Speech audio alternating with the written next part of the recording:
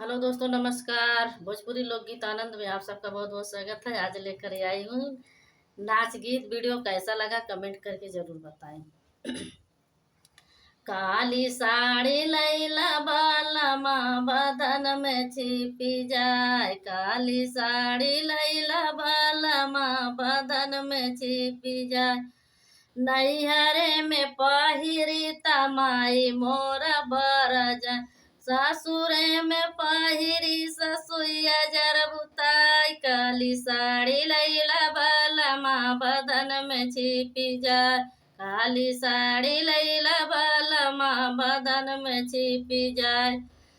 नैहरे में पहिरी त चाची मोरा बर जाए। नैहरे में पहिरी त चाची मोरा बर जाए। सासुरे में पहिरी जेठनिया जरबुताई। काली साड़ी लैला बालमा बदन में छिपी जाए। काली साड़ी लैला बालमा बदन में छिपी जाए। नैहरे में पहिरी त भाभी मोरा बर जाए। नैहरे में पहिरी त भाभी मोरा बर जाए। सासुरे में पहिरी ननदिया जरबुताई। काली साड़ी लैला बालमा बदन में छिपी जाए। काली साड़ी लैला बालमा बदन में छिपी जाए।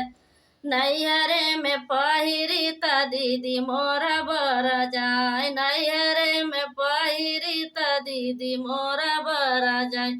सासुरे में पहिरी सवतिया जरबुताई। काली साड़ी लैला बालमा बदन में छिपी जाए। काली साड़ी लैला बालमा बदन में छिपी जाए।